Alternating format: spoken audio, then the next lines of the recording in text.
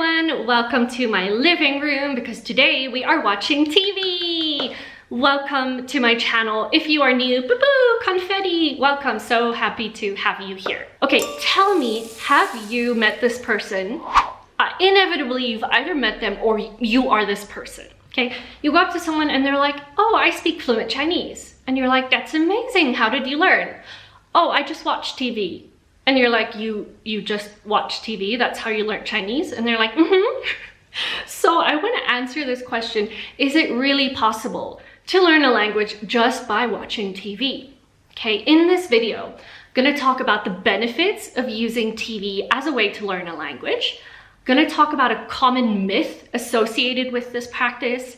And most importantly, I'm going to give you 3 methods that you can use to turn the passive act of watching TV into something active that you can use to help you learn a language. Also, sorry if I look flustered. I feel like spring was 2 days long and it became summer. I don't know what temperature it is, 29 degrees Celsius. Here in the Southern Hemisphere, it is hot. Number 1, is this really possible? Can you use TV to learn a language? I want to give you a little story of how watching shows was so beneficial to my Korean language journey.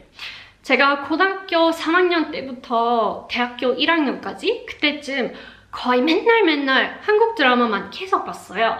그때는 맨날 한국말만 들어서 약간 새로운 단어를 더 빠르게 많이 배웠고 발음도 조금 더 자연스럽게 좋아졌고 그때 TV를 많이 봐서 아주 좋은 방법이었던 것 같아요. 근데 지금은 거의 한국 드라마를 안 봐서 약간 연습 더 필요한 것 같아요. 언젠가는 죽기 마련이고 그렇기 때문에 이 땅에서는 굉장히 이 땅에서 삶이 굉장히 제한적이에요.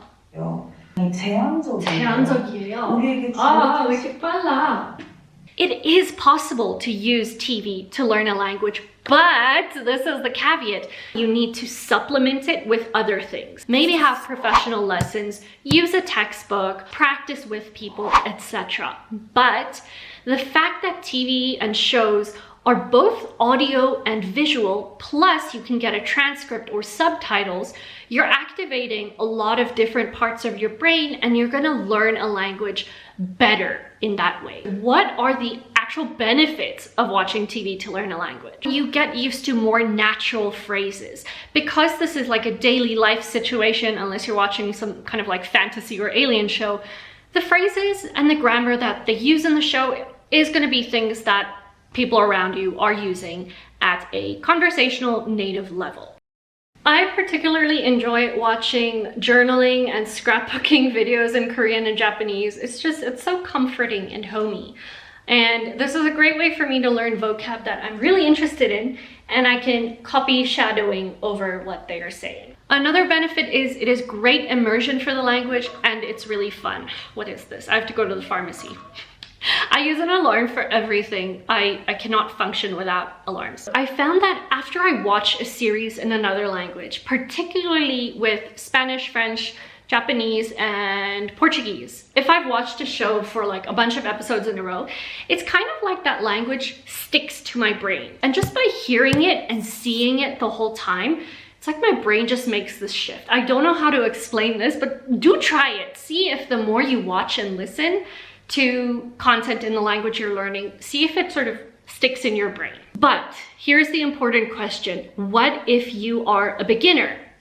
A common myth associated with using shows to learn a language, especially if you're a beginner, is you have to use kids shows. You have to use baby shows to learn a language. That does not mean that as a beginner in a language, you have to just stick to kids shows. You can if you enjoy them. By all means, they might be a little slower, the sentences will be simpler, and it's a great way to learn vocab. But for me, I will get so bored, I just can't. Like Peppa Pig, don't even get me started. I personally like to challenge myself and interact with content at my age level and at a native level as early on as possible. Yes, it can be frustrating. You can be like, oh, why am I not understanding a lot? But you're still able to enjoy the content if you have subtitles. And if you focus hard enough, and if you use the methods that I'm going to talk about, this is a great way to learn a language. The first method I want to introduce you to when you're watching a show is to break down the content into small pieces, into, let's say, 1 minute. Replay it and see, are you able to follow everything? If you're not following everything, it's okay. Curate the words that you want to learn. If they're saying something about like physics and astronomy and that's not really what you want to talk about, it's fine, skip it. But if you find that it's an important phrase or some vocab that you want to learn, cut down that piece into something smaller and practice it over and over. And you can also use these words to look up example sentences online. Type that word into a search engine, preferably from the country that the country of the language you're learning, and see what pops up. This way you're building two connections with the language, with the word. You've got the word, you've got the example in the TV show, and then you've got another example from your online search. This is kind of a labor-intensive process, but I found that it's really effective if you're seriously studying and want to get good in a language. At this point, you may be wondering, where do I find this content? For sure, you can find it on YouTube, but please, you have to have subtitles. And my best recommendation is having subtitles in both languages. Some vloggers will do that. I found that Korean and Japanese vloggers in particular will have English and Korean subtitles, or English and Japanese at the same time.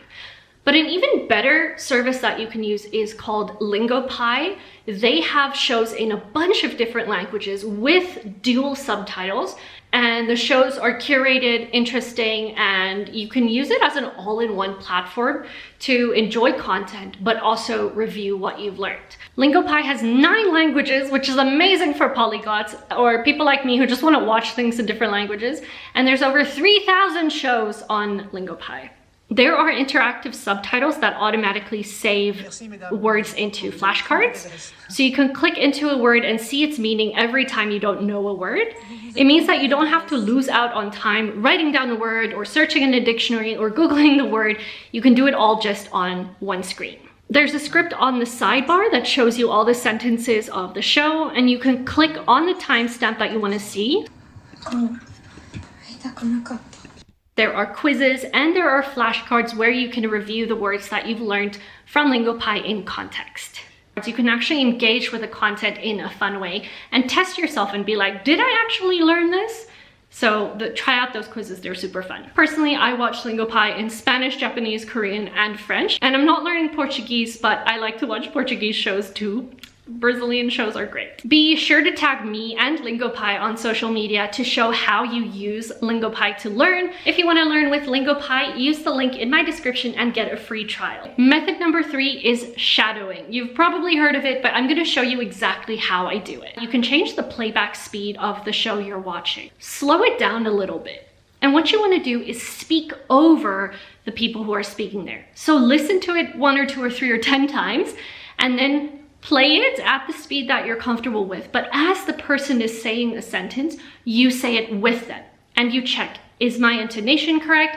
Is my speed correct? Am I stumbling over words or not? That is essentially what shadowing is. 유연한 인생을 살죠. 언젠가는 죽기 마련이고 그렇기 때문에 이 땅에서는 삶이 굉장히 제한적이에요.